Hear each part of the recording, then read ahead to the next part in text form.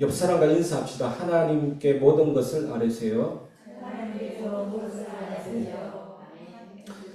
기독교 작가이자 기독교 강연자인 필립 얀시라는 사람이 있습니다. 굉장히 유명한 사람입니다. 학문도 높고 은혜도 충만한 사람입니다. 필립 얀시. 그런데 이 사람의 어릴 때 아빠가 신앙 좋은 분이거든요. 선교사로 헌신하고 열심히 주의를 하는데 갑자기 돌아가셨습니다. 그러니까 필립 얀시가 어릴 때 마음에 상처가 온 거죠. 하나님에 대한 원망, 불신, 좌절감, 상실감. 주변에 있는 친구들이 하나님이 너를 버린 거 아니냐? 하나님을 믿을 필요가 뭐 있냐? 이러니까 더 상실감이 커서 신앙의 방황이 온 겁니다.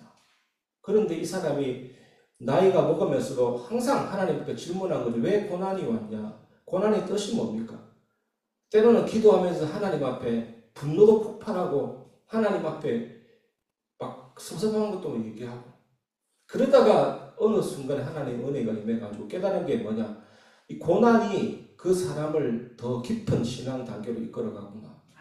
그리고 하나님이 고난을 통해서 그 사람을 더 깊은 사랑 속으로 이끌어 당기는 부분을 깨달으면서 이 사람이 쓴 책이 이런 책입니다. 고통이 묻다. 그리고 아직도 은혜가 있는 것. 그래서 이런 귀중한 은혜를 나누었던 중요한 사람입니다. 오늘 여러분들에게 그런 하나님의 은혜가 임하기를 바랍니다. 첫 번째, 은혜로 주어지는 참된 안식으로 나아가자입니다. 히브리서 4장 9절 보면 그런즉 안식할 때가 하나님의 백성에게 남아있도다. 이 말씀에서 안식은 천국은 안식의 세계거든요.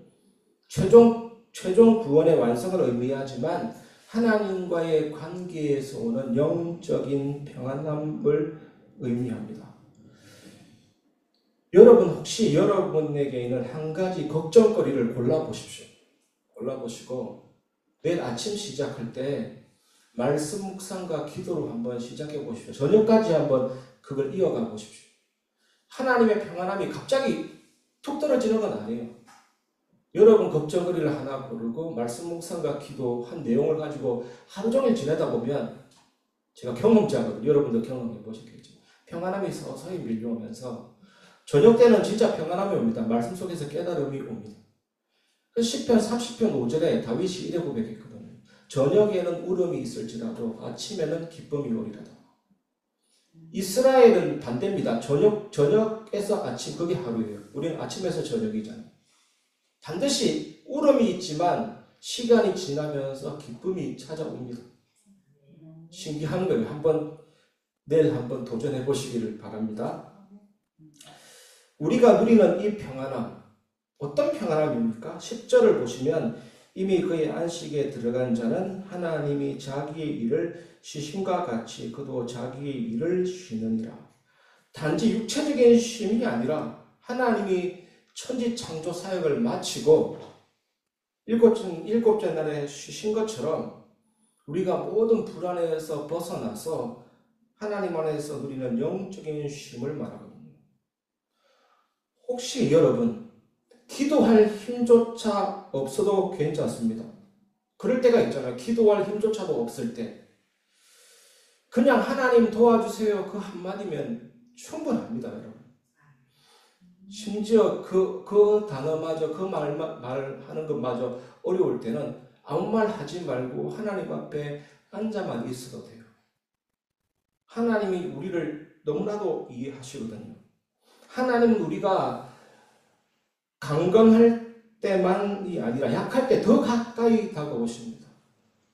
때로는 우리가 힘이 없을 때 하나님이 힘이 없다라고 인정하면서 하나님 앞에 마음을 여시기를 바랍니다. 힘듭니다 도와주세요. 이거 얼마나 중요한 기도인지 몰라요.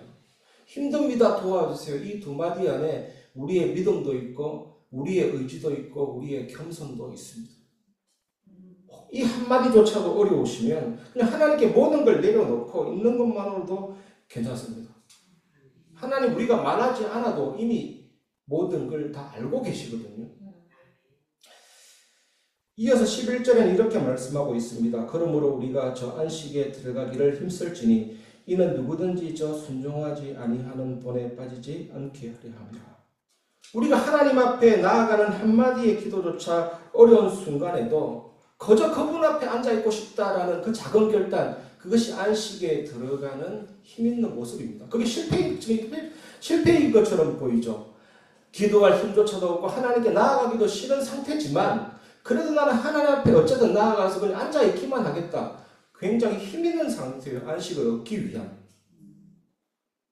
우리는 이때 꼭 우리 스스로가 실패했다고 생각합니다. 우리가 믿음을 유지하다가 때로 눈물 흘릴 때 있고 비명 지를 때도 있고 소리 치를 때 있지만 그게 실패가 아니라니까요. 하나님 앞에서라면 가장 안식에 들어가기 위해서 힘쓰는 상태입니다, 여러분. 이 말씀에서 순종하지 아니하는 본 나오는데 이것은 뭐냐면 하나님께 나아가기를 거부하는 거예요. 등 따시고 배부른 사람들 하나님께 나아가기를 거부해요. 불신앙 상태 마음에 그대로 머물러 있기를 주장하는 겁니다, 여러분. 저도 때로는 순종하지 아니하는 본에 빠질 때가 있습니다. 언제냐면 문제를 내 힘으로 해결하려고 할 때, 내 생각, 내 감정에 빠져서 하나님 쳐다보지 않을 때예요, 여러분. 여러분, 예배가 힘들고 기도가 힘들 때 그 마음 그대로 하나님께 나아가시길 바랍니다. 하나님은 그것을 얼마나 용기 있게 보시고 얼마나 기쁘게 보는지 몰라요. 하나님은 여러분을 회복시키시는 것입니다. 하나님 힘듭니다. 도와주세요. 이 한마디면 충분하다니까요. 하나님은 언제나 늘 여러분과 함께 계십니다. 이렇게 하나님께 나아가서 참된 안식 누릴 때 그 안식은 단순한 육체적인 쉼이 아니라 하나님 말씀을 통해서 우리의 마음과 생각이 깨닫습니다. 아침에는 울음이었는데 계속 문제를 잡고 말씀과 기도 속에 생각하다 보면 이제 하나님 말씀을 통해서 마음과 생각이 깨달아진다니까요. 진리 안에서 진정한 평안함이 옵니다. 제가 처음에 얘기했듯이 한번 해보시라니까요. 문제거리 골라서 말씀 묵상과 기도로 계속 한번 하루를 보내보세요. 반드시 시편 30편 5절 말씀처럼 저녁에는 울음이 있을지라도 아침에는 기쁨이 찾아올 겁니다. 이거는 변하지 않는 안식입니다. 이렇게 해서 평안함이 오면 그 평안함은 흔들리지 않는 평안함입니다. 세상이 줄 수 없는 평안함입니다. 여러분 모두 다 체험하시기를, 경험하고 계시겠지만 모두 다 이 응답이 있기를 주님의 이름으로 축원합니다. 두 번째 보시면 좀 전에 말씀드렸던 부분입니다. 은혜로 진리를 깨닫고 평안을 얻자입니다. 히브리서 4장 12절에 보면 하나님의 말씀은 살아있고 활력이 있어 좌우의 날선 어떤 검보다도 예리하여 혼과 영과 및 관절과 골수를 찔러 쪼개기까지 하며 또 마음의 생각과 뜻을 판단하는. 하나님의 말씀은 좌우의 날선 어떤 검보다도 예리하다라고 말하는데 이것이 뭐냐? 우리 마음속 깊은 곳까지 다룬다는 뜻입니다. 하나님 말씀이 우리 마음속 깊은 곳까지 다룹니다. 영과 육과 혼과 골수와 관절, 우리 안에 있는 걱정, 두려움, 심지어 숨기고 싶은 상처와 생각들까지 하나님은 아시고 그 말씀은 드러내고 치유하고 고치는 것입니다. 어느 정도까지입니까? 13절을 한번 보십시오. 13절 지으신 것이 하나도 그 앞에 나타나지 않음이 없고 우리의 결산을 받으실 이의 눈앞에 만물이 벌거벗은 것 같이 드러납니다. 하나님 앞에 우리 모든 것이 다 드러난다는 겁니다. 우리가 감추려고 애쓰는 아픔과 고통 그리고 실패까지도 다 아십니다. 우리가 대인관계 할 때 가장 염려가 뭡니까? 내 것 드러나면 저 사람 실망하고 떠날 거 아닌가? 그래서 주로 감추잖아요. 근데 하나님은 안 떠나십니다. 하나님은 외면하지 않습니다. 그래서 우리가 하나님 앞에 뭔가를 감추려고 할 필요가 없습니다. 그 상태 그대로 받아들여서 사랑해 주는 게 복음이거든요, 여러분. 있는 모습 그대로 나아가시길 바랍니다. 여러분, 기도에는 한계가 없는데 어떤 한계가 없냐? 모든 무력함을 솔직하게 고백해도 돼요. 무력함과 솔직한 감정들 하나님 앞에 다 말해도 돼요. 그리고 하나님에 대한 섭섭한 감정 표현에도 한계가 없습니다. 하나님 왜 그렇습니까? 하나님 왜 내한테 이래요? 괜찮아요, 여러분. 단 중심이 중요합니다. 하나님의 뜻대로 살고자 하는 마음이라면 하나님 앞에 섭섭한 감정 표현에도 한계가 없습니다. 기도에는 한계가 없습니다, 여러분. 모든 것을 다 말해서 치유받기를 바랍니다. 저는 거기도 누리가 얼마나 행복한지 몰라요. 복잡한 거 없어집니다, 여러분. 우리가 모든 것을 아시고도 사랑하시는 하나님께 이렇게 나아갈 때 우리는 어떤 은혜를 경험할까요? 긍휼과 평안함을 누리게 됩니다. 이것이 우리가 마지막으로 나눌 내용입니다. 세 번째, 은혜로 풍성한 긍휼과 평안을 누리죠. 히브리서 4장 14절 보면 그러므로 우리에게 큰 대제사장이 계시니 승천하시니 곧 하나님의 아들 예수시라. 우리가 믿는 도리를 굳게 잡을지어다. 큰 대제사장이라는 게 무엇입니까? 대제사장은 하나님과 사람 사이를 연결해 주는 역할을 했습니다. 구약시대 보면 사람이 죄를 지을 때 그 죄를 대신해서 동물을 제물로 드렸습니다. 하지만 그것은 잠시뿐인 해결책이었습니다. 그런데 예수님은 다릅니다. 예수님은 하나님의 아들이시면서 스스로 우리 죄를 위해서 완전한 제물이 되어주셨습니다. 단 한 번의 죄로 우리의 죄를 사하신 것이죠. 이제는 하늘에서 우리를 위해 기도하고 계십니다. 예수님은 십자가에서 죽으셨지만 다시 살아나셔서 하나님 우편에 앉아 계시는데 우리의 모든 연약함과 고통을 지금도 중보하고 계시는 중보자 제사장의 역할을 하고 계십니다. 우리의 모든 상황 속에서 승리하듯 우리를 위해서 기도하고 계십니다. 그래서 우리의 할 일은 믿는 도리를 굳게 붙잡는 것인데, 그런데 여러분, 또 한편으로 우리가 응답이 없거나 응답이 늦을 때 섭섭한 마음이 들어요. 하나님 앞에. 하나님 왜 그래요? 섭섭한 마음이 듭니다. 우리가 이런 섭섭함에 빠졌는데, 서운한 마음에 빠졌는데 누가 믿는 도리를 굳게 잡을지어다 이러면 제멋대로 해결자로 보여요. 제멋대로 해결자. 과잉 조언하는 것처럼 보여요. 여러분, 이런 마음의 지침과 하나님에 대해서 서운해지는 것은 믿음대로 사는 사람이, 믿음의 여정대로 삶을 사는 사람이 겪는 자연스러운 반응입니다. 자연스러운 거예요, 여러분. 성경에 나와 있는 믿음의 인물들 다 슈퍼 히어로가 아닙니다. 요셉도 서운한 마음이 있었을 거예요. 억울한 마음. 왜 안 억울했다라고 생각하십니까? 그는 비성경적이고 비인격적인 해석이에요. 모든 인물들은 똑같습니다. 하지만 하나님의 은혜로 믿음의 여정을 걷는데 그런 억울함과 섭섭함이, 서운함이 올 수도 있습니다. 자연스러운 반응입니다. 그런데 복음 중에 복음이 뭡니까? 이런 서운한 마음까지도 하나님께 가지고 나갈 수가 있습니다. 그게 기도 아닙니까? 15절이 이렇게 말합니다. 우리에게 있는 대제사장은 우리의 연약함을 동정하지 못하실 이가 아니요 모든 일에 우리와 똑같이 시험을 받으시는데 죄는 없으십니다. 그래서 하나님께 서운한 마음을 숨기지 마십시오, 여러분. 예수님도 우리와 똑같이 슬픔을 느꼈고 외로움을 느꼈고 좌절감을 느끼셨고 심지어 버림받은 고통까지 당하셨습니다. 십자가에서 뭐라 그랬습니까? 나의 하나님 어찌하여 나를 버리셨나이까? 외치셨던 것을 기억하시기 바랍니다. 이 말이 뭡니까? 우리가 하나님께 느끼는 모든 감정들 예수님이 싹 다 아시는 것입니다. 이해하시는 것입니다.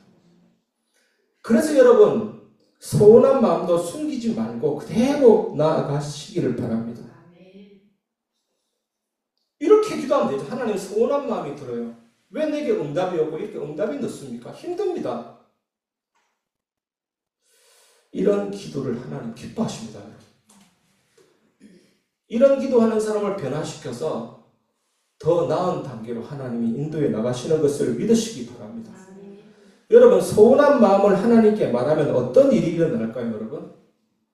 마음의 짐이 가벼워집니다. 하나님께 틀어놓는 순간 우리는 더 이상 혼자 짐을 지고 있지 않다라는 것을 깨닫게 됩니다.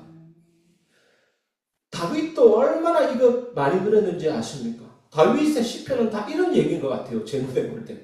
내용은 어찌하여 낙심하며 어찌하여 내 안에서 낭망하느냐. 이런 고백을 진짜 많이 했거든요. 그리고 서운한 마음이 서운한 마음으로 남아있는 것이 아니고 하나님의 은혜로 새롭게 되는 것을 경험하게 됩니다. 여러분이 만약에 불신자라면 하나님 앞에 서운한 마음 안 들어요. 관계가 틀린 거거든요. 하나님 나의 아버지도 아닌데 서운한 마음이고 잘 필요 없어요. 지나가는 아이가 저보고 서운한 마음 가질 일도 없죠. 아무 관계가 없는데 서운한 마음은 관계에서 나오는 감정입니다, 여러분. 그래서 우리가 이런 서운한 마음을 하나님 앞에 아뢰고 기도할 때 오히려 그것이 이제는 차츰차츰 변화되면서 그것 때문에 하나님과 더 깊은 관계로 나아가는 계기가 됩니다. 그래서 여러분, 하나님 앞에 솔직히 말하는 순간에 우리는 은혜의 보좌 앞에 가까이 나아간다는 사실을 기억하시기 바랍니다. 16절입니다. 여러분, 히브리서 4장 16절. 그러므로 우리는 긍휼 하심을 받고 때를 따라 돕는 은혜를 얻기 위하여 은혜의 보좌 앞에 담대히 나아갈 것입니다. 여러분 기억하세요. 저는 오늘 항상 이 말씀 준비하면서 저도 내 마음에 새겼습니다. 응답이 없는 것처럼 보여도 하나님은 여전히 일하고 계신다. 다른 사람이 응답이 없다고 해도 하나님은 여전히 일하고 계신다. 저는 은혜가 되더라고요. 오늘 말씀 준비하면서 우리의 시간이 아니라 하나님의 시간에 응답하신다. 내가 기대했던 것보다 더 좋은 것을 주신다. 오늘 이게 탁 담겨요. 정말 그 사실을 믿으시기 바랍니다. 여러분, 하나님께 나아가기 싫을 때 있습니다. 사실은 하나님께 나아가기 싫을 때 이렇게 기도해 보세요. 여러분, 하나님 지금은 나아가기 싫은 마음이 듭니다. 하지만 제 마음을 만져주시옵소서. 이게 진짜 예배자의 마음입니다. 이런 마음 다 숨기고 나는 예배자야, 나는 괜찮아, 그냥 늘 드리는 예배니까 나는 그냥 그 시간 한 시간 통과하고 그냥 말아버릴 거야. 아닙니다. 여러분, 하나님 제 마음이 이렇게 서운한 것도 아시죠? 그래도 주님께 기대고 싶습니다. 이게 믿음이에요. 심지어 아무 말도 할 수 없다면 그냥 조용히 하나님 앞에 앉아 있는 것만으로도 괜찮습니다. 하나님은 우리 마음을 전부 다 아십니다. 결국 그 서운한 마음이 이제는 변화가 되어서 은혜로 새롭게 되는 것 경험을 하게 됩니다. 여러분들 이런 은혜의 보좌 앞에 담대히 나아가시고 참된 응답 받기를 주님의 이름으로 축원합니다. 말씀을 마무리하겠습니다. 하나님과의 친밀한 교제의 시간 정하기. 그래서 여러분, 말씀 묵상하고 기도, 이것이 너무나도 중요한데 혹시 말씀 묵상과 기도조차 안 될 때는 그냥 하나님 앞에 구역구역 앉아있는 시간을 한번 가져보십시오. 5분이든 10분이든 앉아서 기도가 잘 안 되거나 모든 게 싫어질 때라도 하나님은 그 시간도 귀중하게 보시고 우리에게 귀중한 은혜 주시기를 원하시거든요. 찬양을 들으신다든지 한번 앉아보십시오. 어쨌든 포인트는 지속적인 시간과 교제입니다. 그래서 모든 부분이 치유되고 진정한 친밀한 관계와 교제를 주셔서 여러분이 진실령과 진정으로 은혜의 보좌 앞에 나아갈 수 있는 온전한 상태로 회복시켜 주실 줄 믿습니다. 그래서 하나님과의 친밀한 교제의 시간을 정하시기 바랍니다. 굉장히 그 시간을 꾸준히 한번 가져봅시다. 처음에는 잘 안 되고 뭔가 복잡하고 내 마음에 갈등의 골도 깊고 이러지만 결국 하나님이 편안한 온전한 그 관계 속으로 이끌어서 여러분들이 참된 응답받는 은혜의 사람으로 하나님이 세워주실 줄 믿습니다. 그래서 온 마음 다해 주님을 찬양합니다 고백할 수 있는 그런 성도로 세워질 줄 믿습니다. 그 은혜 누리는 내일 되시고 모든 남은 삶이 되시기를 주님의 이름으로 축원합니다.